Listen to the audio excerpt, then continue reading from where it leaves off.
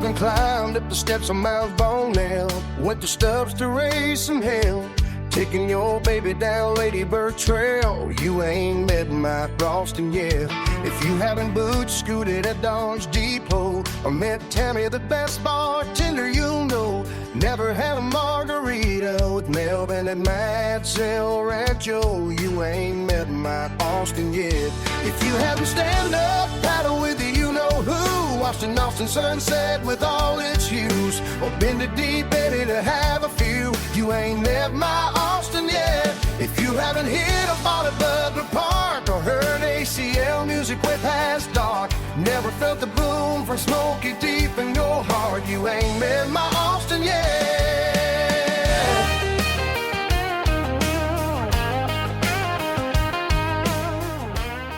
Welcome back, y'all. Welcome to Adjacent to the Great Outdoors. Here we are. What does that sound? Chirp, chirp, chirp, chirp, cuckoo. We're so glad you're here with us. Bolo, be on the lookout. Be on the lookout. I still haven't found my painted bunting, but Jeannie Caroline did. Oh, good. I'm jealous. I know, me too. All right. Welcome back, y'all. Welcome to the Adjacent to the Great Outdoors. I'm Shelly. And I'm Jody. We absolutely are loving getting outside, whether it's our neighborhood, a state park, a national park, trails, quick strolls. I was just walking over by Highland Park, absolute beautiful green belts.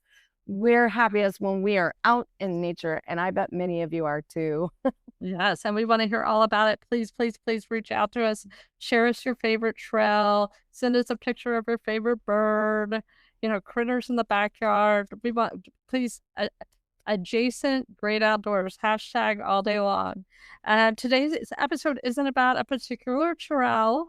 It's about something every outdoor adventurer should know. Trail etiquette. Oh my gosh, so important, Shelly. It's kind of like having good manners, but for Mother Nature. I love Mother Nature so much. But first, we're going to start with a little quick fire round where I'm going to ask Jody questions. Okay, I'm ready. Jody, Bluetooth speaker or peaceful birds? Oh gosh. Bluetooth. No. Peaceful birds for sure. I love bird time. Agreed. I know you do. Favorite trail snack? Oh, well, I think people like those trail mixes, right? But I don't know. I think when I'm in nature, I don't usually take a snack with me. I'll bring a lot of water, but I think those bars are pretty easy, Yeah. to travel with. And now they just have those. You just zip your protein in your mouth and keep on going. There you go. There you go. Some people need to. Yeah, some people need to. Jody, Yes. what is your biggest hiking pet peeve? Okay, well, I have a couple, but I definitely don't like it when I see dog poop bags on the trail. I know it's a pain, but you could bring a reinforcement for it and take it with you until you find a trash can. But that is your responsibility. And I know sometimes people are like, oh, I'll come back and pick it up. But we don't know if you will, So we're thinking, oh, somebody left their dog poop on the... And I don't know if you've ever picked up somebody else's dog poop bag, but it's really gross. Like it grosses you completely out. Any trash on the trail really upsets me. Agreed. Oh my gosh, 100%. Mhm. Jody, what do you think is the best part of hiking? Well, I love looking at all the animals, but being out in nature is really important to me. Being in a peaceful place where it's quiet, just getting out of my brain for a bit and just noticing how small we all are in the world. Yeah. And just seeing that there's greatness all around us. I love it. Yeah. Jody, why do you think this isn't a quick fire, but why does trail etiquette even matter? Oh my gosh. Well, etiquette always matters, no matter where Agreed. you are. Agreed. But when you're outdoors, you have to remember that it belongs to all of us. Every trail is shared by hikers, bikers, runners, other animals, birds, birders, photographers, families coming together, pets, older people, people with special needs. There's mountain bikers, horseback riders, and just uh, it's a space for everyone. And so we want to make sure that we have basic rules. It's to me, etiquette is it's a kindness you're showing to other people. So Yeah. it just makes the experience better for everybody. Agreed, agreed, agreed. And number one, On the etiquette list, let's do it. let's do it. Number one on the etiquette list. Number one. And this is so important to me. I mean, even on a girls' trip or whatever, leave no trace. Yeah. Leave it better than you found it. Clean up after yourself. Leave no trace. Like you can be the first person to take out all the spider webs. I would really appreciate not to be the first one on the trail. And you can remove that part. But I mean, this is probably the biggest one. If you packed it in, pack it out. I mean, snack wrappers. Oh my gosh, those little straw Oh, wrappers. yes. They're Oh my everywhere. gosh. I mean, I'm just like, can we get rid of those? I know. I mean, even orange peels, dog waste bags, coffee cups, Oh my gosh. even biodegradable items. They don't belong on Yeah. the trail. It takes a long time for them to biodegrade.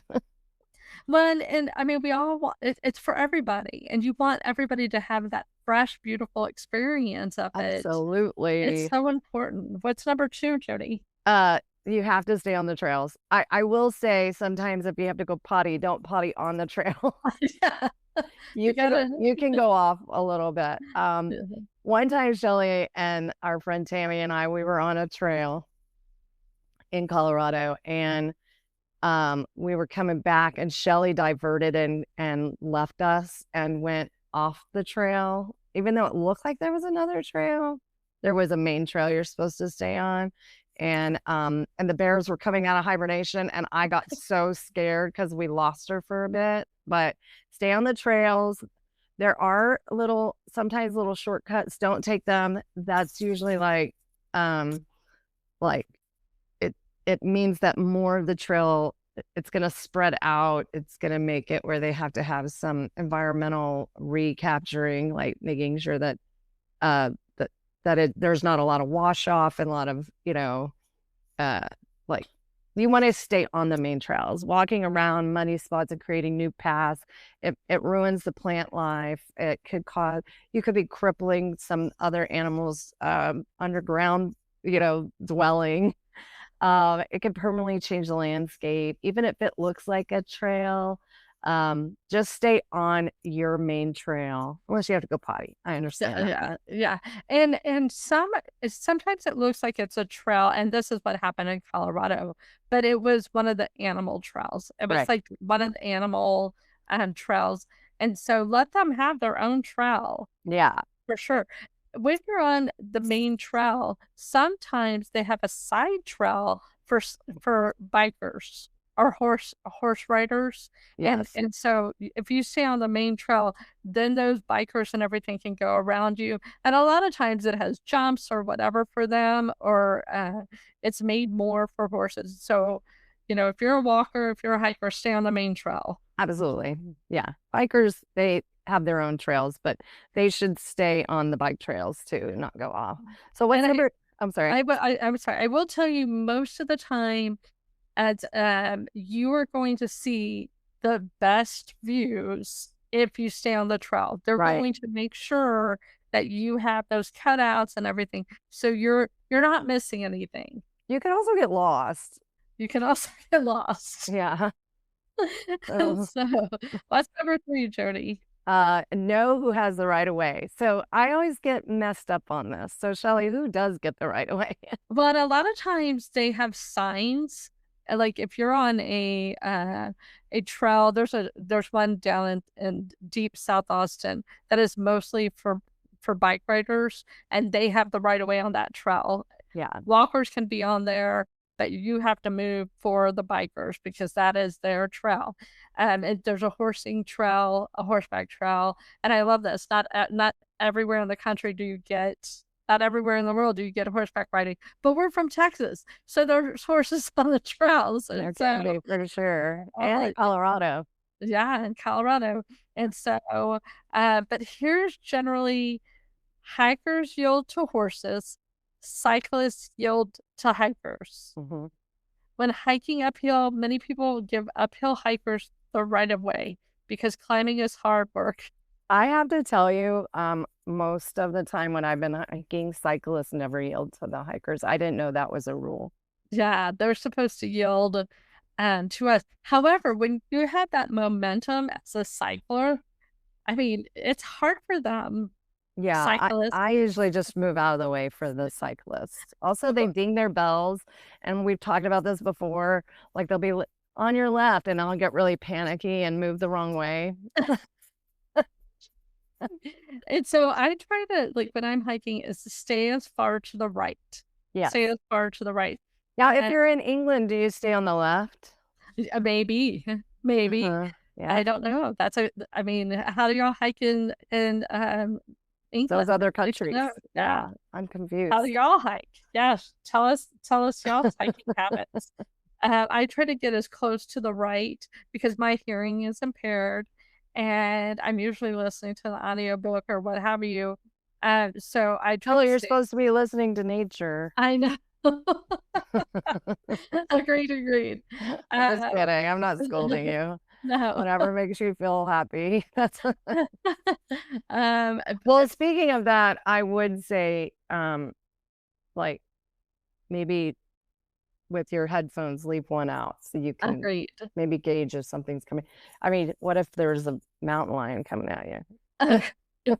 Well, the joy of hearing aids is you can turn off the background sound or you can turn it up Okay, so that you're hearing the background sound. good to know. But the definitely, I do always in a hike, like half of it, I'm like, okay, just s- no input. And then like doing on the way back, I'm like, okay, now you can listen to your audiobook or what have you. Because we do so much. It's like, it's like, okay, um, Well, now if that you're internal talk is coming. yeah, and if you're unsure, it's just like anywhere, just be polite and step aside, maybe let them go first, if they seem in a hurry and they're in a hike, maybe you don't know what's going on. Just let them have that space. You don't have to like block them like you think you're on the highway. The Yeah. whole point is just to like have fun with the hike and enjoy where you are. So, And on the highway, go ahead and let them go. You don't know what yeah. they're dealing with. Yeah, you don't know what's going on. Let Yeah. them in. Let everybody merge. Let Yeah. everybody, definitely it's everybody's hike. Oh, yes. And so it's not you're not a lone wolf and this becomes your trail and nobody else's trail for the day.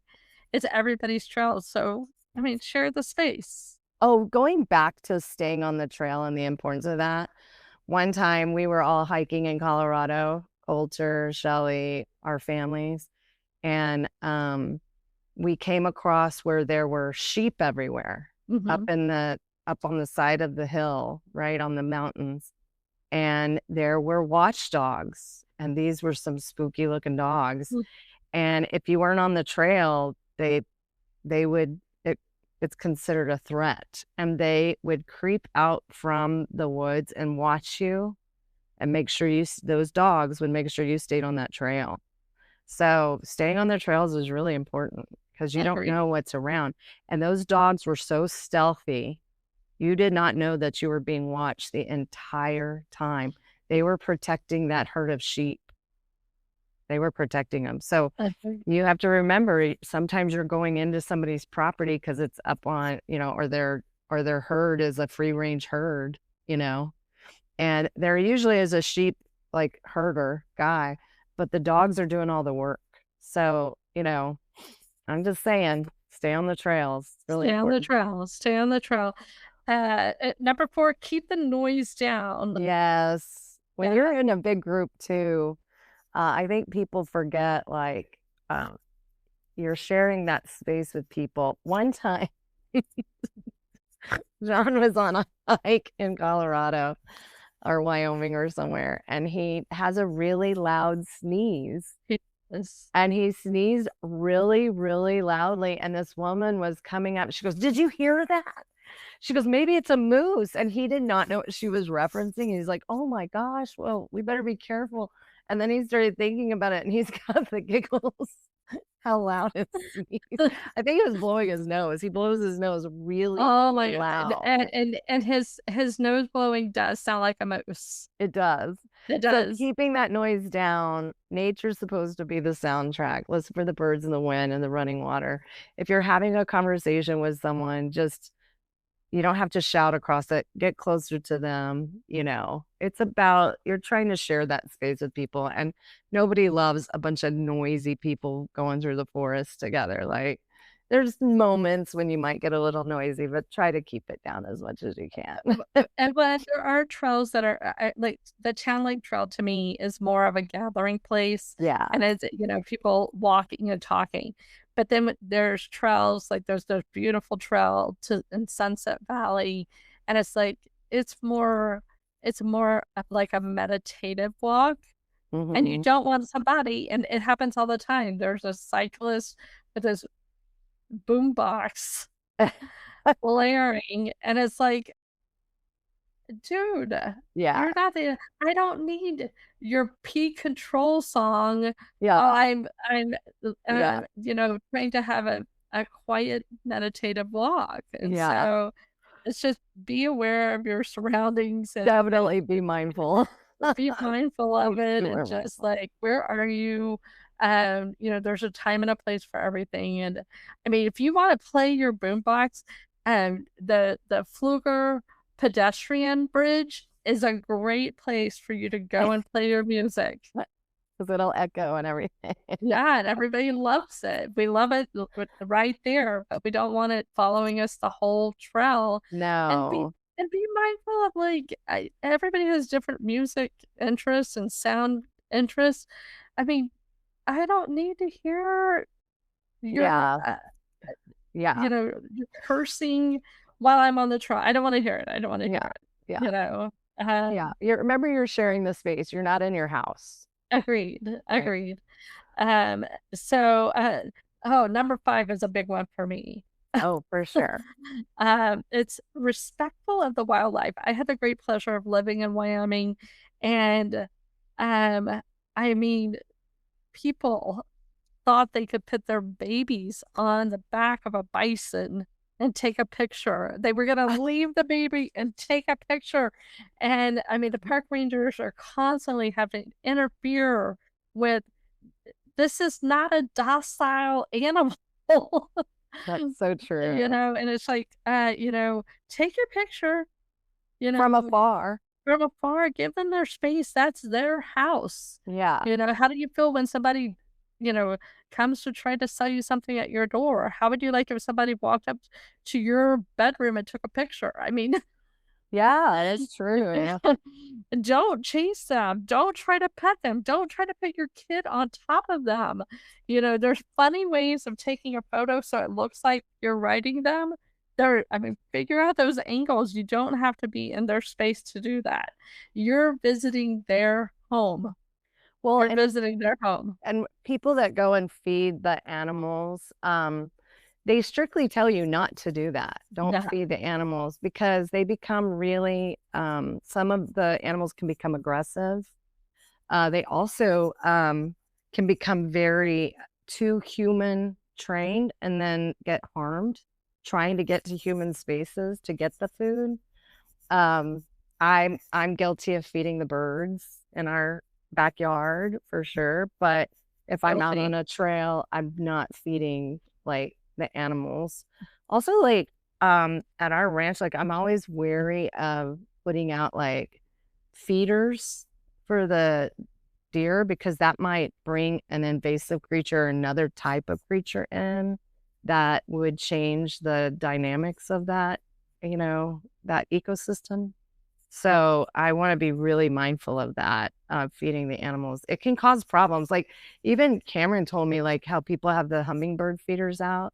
Like sometimes they don't change the water out enough and then it ferments and it can make it like alcohol for birds and then they can get damaged from that. So I'm just really like try to be as mindful as possible on that. So I don't know. I mean, I understand. I love a great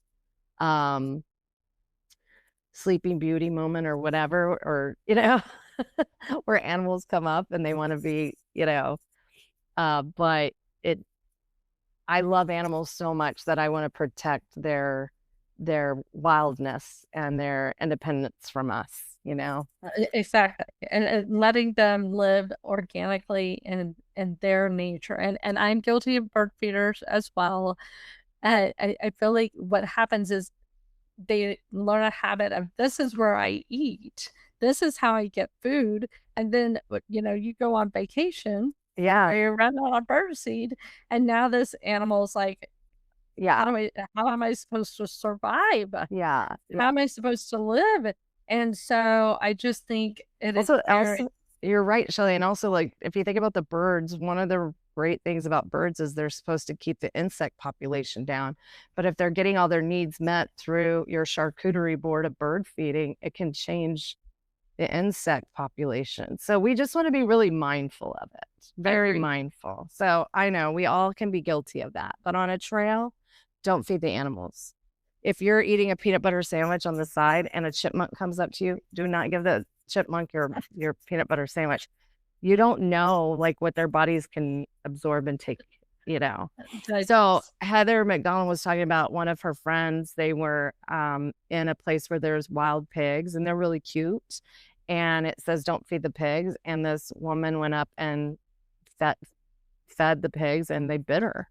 Yeah. So like, you just don't know. I mean, we love the wild animals. I remember one time I was in Colorado and the moose were coming out and they're so statuesque. Their legs are so long and people were in awe of them, but they were getting out and it was mating season or something. Oh gosh. And they were getting out of their cars, like you're saying, and getting so close to them. And I'm like, what's going on? And I'm like, I know they're so picturesque and amazing, but just be mindful. Like you don't know what's going to happen and they could go and charge at you.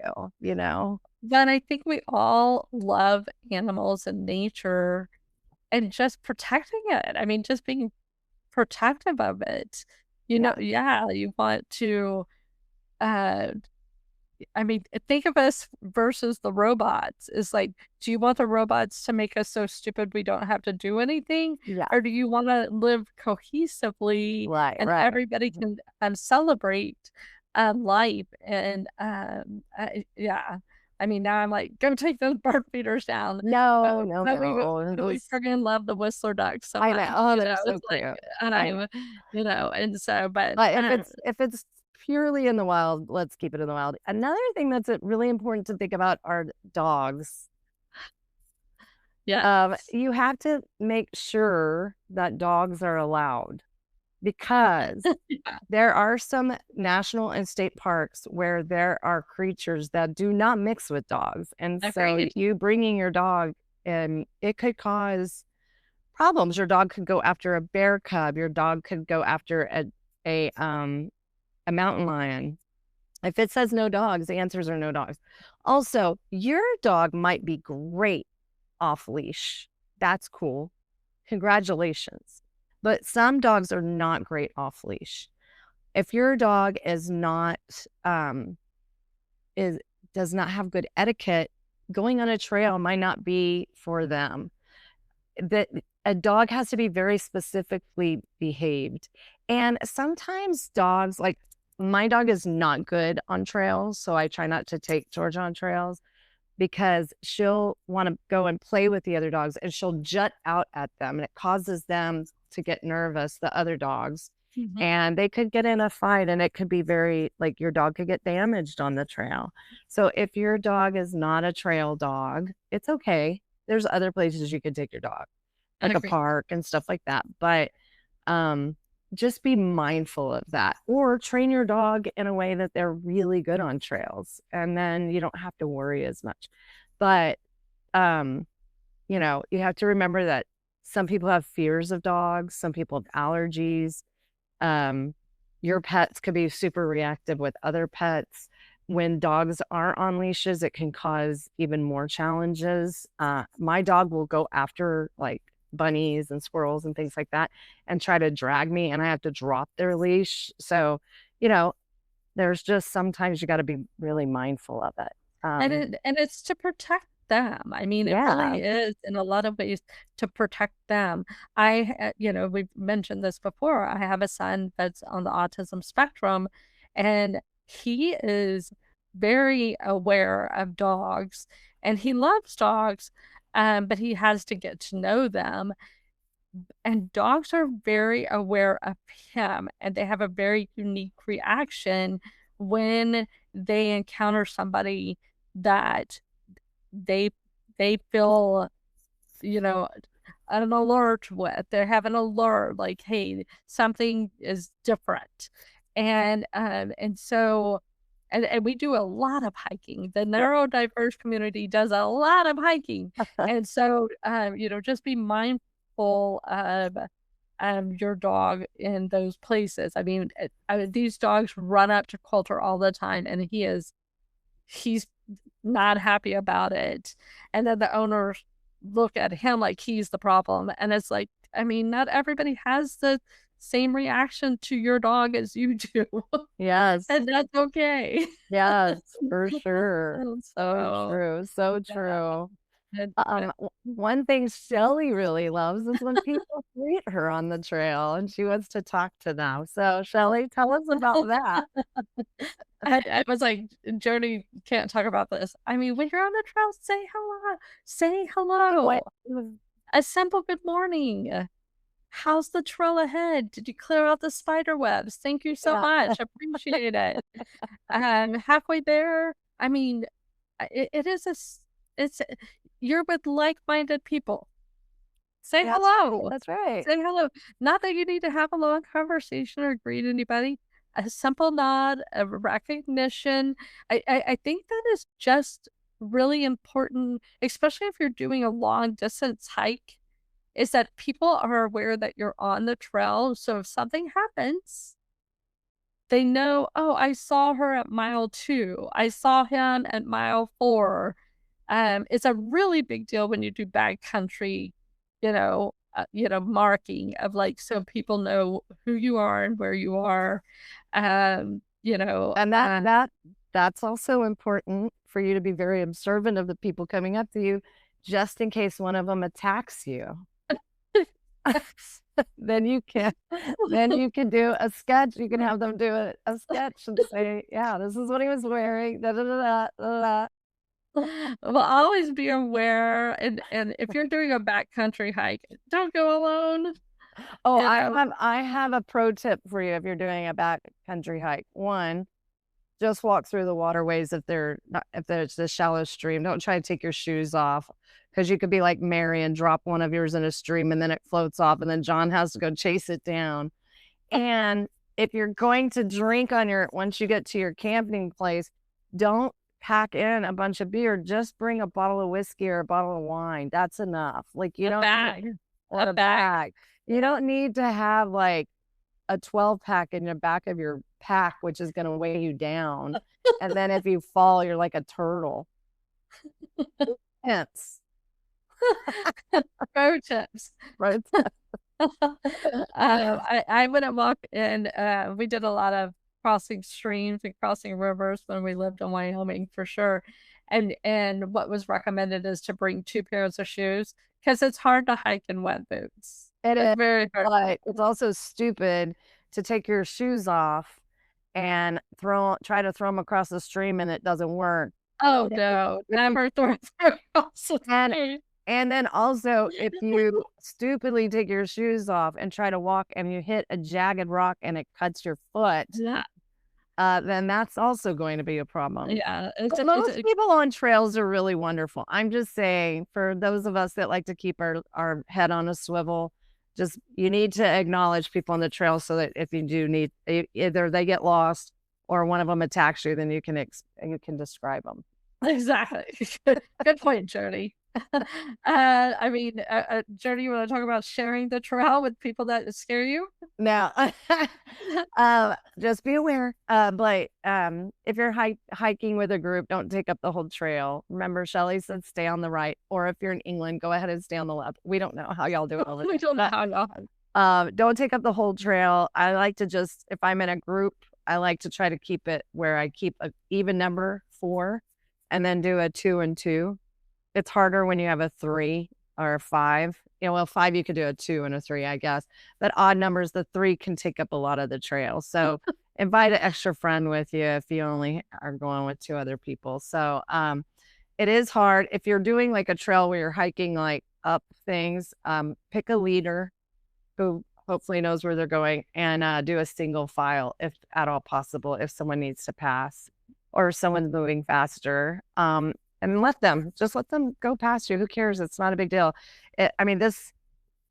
Some people do trail racing and stuff like that, but usually when you're hiking, it's not really a race. It's like, you're going to get there when you get there. That's the fun part. That's the fun part. If you're doing a long trail, have a caboose person, the last person, and it can change. It doesn't have to be the same person all the time, but they are making sure everybody's staying connected. The first person and the last person know that everybody is moving together. Don't leave somebody behind. Well, but also if Coulter's leading your trail, good luck. Good luck. It goes really fast. Yeah, but we've taught Coulter to stop and wait, and wait. So that, because he likes to go at his pace, and it's like, if there's a turn, you need to stop and wait. And if I don't meet you, then you need to come back. Yeah. And also, Shelly, like, it does speak to, like, know your limits. It's okay that maybe one season when you go on that trail, you get halfway up and you weren't able to finish the whole thing. That's okay, because you don't want to have to get up there and then you can't, or halfway through, you can't make it, and then you have to be saved off of the trail. Yeah. So, people, that happens a lot. So knowing your limits. Also, if you're going on some of these really hard hikes, you have to condition your body for the altitude, have enough water, make sure you have all your needs met, and that you've done some training before you go. Something we didn't say for safety as well is you have to look at the weather. Oh, yeah. And it changes.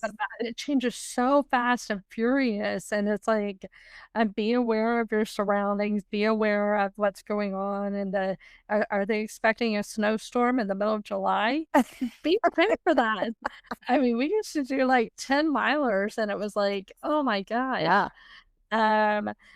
Anyway, be prepared, bring water, wear appropriate shoes. Yeah.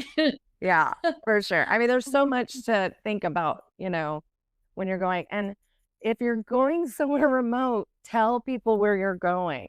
Yeah. So that they, and then give them a timeline as to when you're going to be back. And make sure you charge your phone.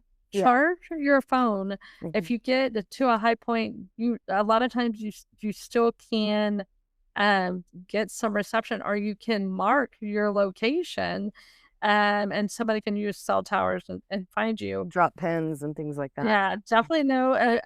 Use those sign-in sheets if you're doing some backcountry. Use those sign-in sheets and make sure you let people know. So true. Yeah, smart.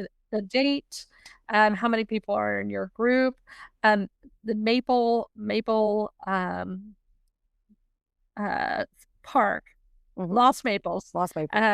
There's a big backcountry space out there, and you definitely should write in the book, I'm on the trail today, and so people know who's out there.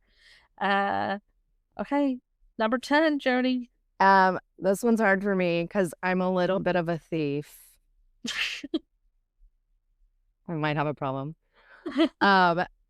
Take only your memories. You can take your pictures, leave the flowers, leave the rocks, leave the feathers, leave the nest. Nature is beautiful because it stays where it belongs.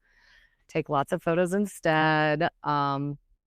I have been known to take the rocks and take the feathers. I haven't taken a nest, and I try not to pick the flowers too much. Shelly really taught me that, but I will sometimes steal a rock. It, But our I'm trying not to do that. our oldest son is an artist, and he uses items from nature Mhm. to in his art, Mhm. including like you know, Like nests that are no and longer wood being bark. He'll use used, wood bark, bark. and Grass. definitely Yeah. definitely uses flower petals for their coloring and such. And so every time it says leave nature, Mhm. don't take anything, we make him take a picture of it Yeah. to remind himself that he's not supposed to be doing any of that. And But you so can find places where that's okay. There are exactly. places you can do that. So maybe try to go to those places. Exactly. And he goes and lives in the park so he can it's like I got this huge collection. So Yeah. okay, well we have a big challenge for you guys this week. Yes, I yes. mean, it's a hot week in Central Texas, but try to go do a little hike. Do it in the Yeah. morning, do it Do it in the early, morning. get up and beat the heat. Um, it doesn't have to be 5 miles, it doesn't have to be up a mountain. Nope. Your neighborhood trail is perfectly great. Mhm. A city park, a For nature sure. preserve, Mhm. a state park. We have so many beautiful state parks. Just get outside, go outside, go enjoy. And there's so much science coming out about waking up in the morning, going out and putting your face up to the sun without glasses or anything and just looking into the light and how Mhm. healing that is. The trees are so healing. Go find some trees to sit next to. If you're out there, pick up a piece of litter. Pick up a piece of litter. Yeah. Just Uh, say I would bring something to put it in, or if you are gonna pick up litter, you might wanna protect your hands and, Every just be Breathe alone. mindful. And Uh, if it's something that looks dangerous, leave it. But, you yeah. know, but I'm I love when people take a little time. Sometimes that litter isn't because somebody dropped it on the trail. It could have washed in from somebody's trash can could have fallen over in the local area, and then with the rain, it washed in. It's not that everybody's being super irresponsible. Trash does happen. We live where we do have trash, but if you are one of those people that's dropping your your dog poop bags and your wrappers on there, yeah, and those little straws, All those little straws. you gotta do better. You gotta do Yeah. better. I don't know if y'all enjoy David Sedaris. I friggin' love David I Sedaris, do too. and this in his older life, he's written a book about it. He he picks up trash all the time in his community, and he makes up stories for every single piece of trash, talking about who dropped it, why, what happened to it, and these stories are hilarious. So, go follow David Sedaris. I love him Yeah. so much. In closing, you guys, I mean, please take the challenge. Go outside, send us a picture. Hashtag adjacent great outdoors. In closing, Jody, what do you want to say? Just go be in peace and joy and healing and, look at the world and find perspective. We hope all of you will get out and be one with nature. It's one of our favorite things about the world we live in. So, yeah, let's do it. Let's get outside. Let's take our walks. Let's respect the trails, respect each other, be kind. Leave the Yeah, place better than you found it. yeah. But that being said, Thanks for joining us. let's stay adjacent. Yes. Texas, Texas. Yeehaw! Ah.